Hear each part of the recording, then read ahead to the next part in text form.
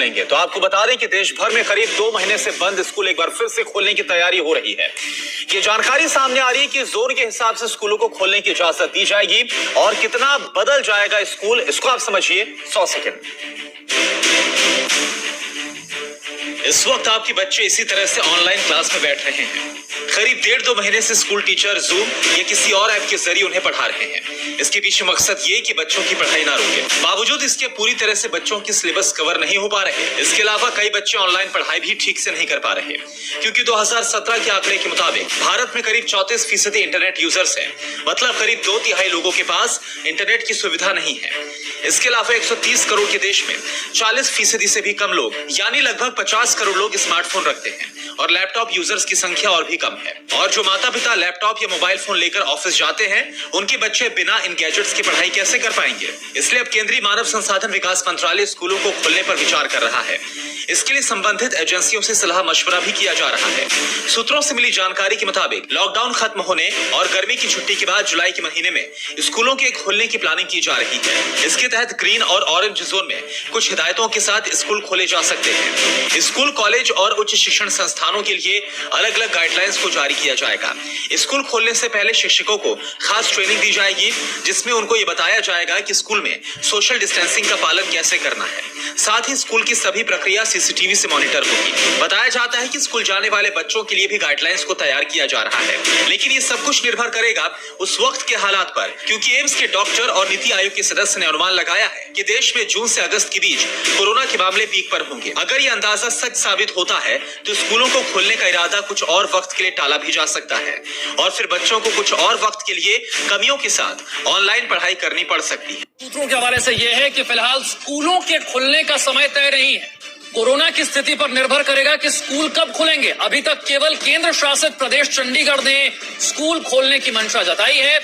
बैठक में मंत्रालय के अधिकारियों ने बताया है कि गाइडलाइन के मुताबिक कक्षा 3 तक ऑनलाइन क्लास की अनुमति नहीं है।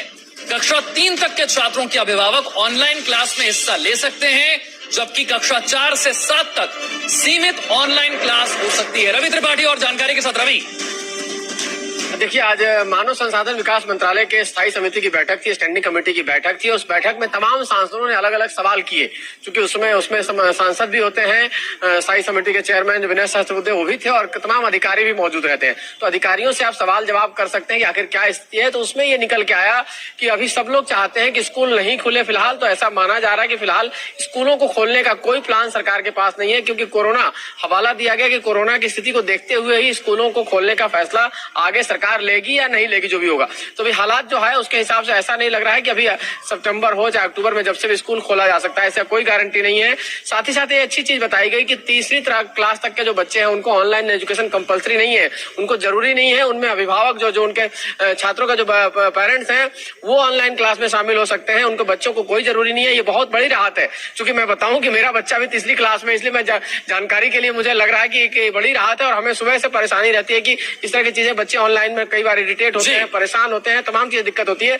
इसके अलावा एक क्वेश्चन बैंक बनाने की बात हुई है कॉलेज के छात्रों के लिए भी। तो स्कूल और कॉलेज तमाम तरह के छात्रों को लेकर तमाम सवाल किए गए हैं और तमाम तरह के जवाब दिए गए हैं। और सरकार की तरफ से कहा भी गया है कि जो भी सलाह आए हैं तमाम सांसदों की तरफ से, अलग अलग पार्टी के लोग इस कमेटी में होते हैं, तो जो भी सलाह आया है उन सलाह पर विचार किया। सीबीएसई के एग्जाम और रिजल्ट को लेकर आपको बता दें कि सीबीएसई के इम्तिहान और रिजल्ट को लेकर फॉर्मूला तय हो गया है, लेकिन लाखों छात्र अपने भविष्य को लेकर के परेशान है। मार्किंग सिस्टम में 10वीं, 11वीं और 12वीं के प्री बोर्ड के नंबर्स का फॉर्मूला बना तो जरूर है, छात्र के नतीजे कैसे होंगे, सीबीएसई के फॉर्मूले से जुड़ी कई आशंकाओं को लेकर आज तक ने सीबीएसई के परीक्षा नियंत्रक संयम भारद्वाज से बातचीत की है। लेकिन आपको बता दें कि 10वीं के आपको बता दें 30% उसके मार्क्स ऐड होंगे, जबकि 11th स्टैंडर्ड के भी 30% मार्क्स ऐड होंगे और 12वीं के यानी कि 12th के प्री बोर्ड के 40% मार्क्स 30-30-40 का फॉर्मूला लगाया गया है रिजल्ट के लिए। जो वहाँ रिजल्ट कमेटी बनी है उस रिजल्ट कमेटी को पूरा अधिकार है कि बच्चों के फेवर में वो किस तरीके से कौन से एग्जाम को लेना है, कौन से एग्जाम को छोड़ना है, वो 2 को लेते हैं, 1 को लेते हैं, 3 को लेते हैं, ये पूरा अधिकार उनका है। तो उसके हिसाब से वो 40% मार्क्स में से वो मार्क्स वहां जोड़ देंगे और जो बच्चों के प्रैक्टिकल हुए हैं वो 100% मार्क्स यहाँ पर जुड़ जाएंगे।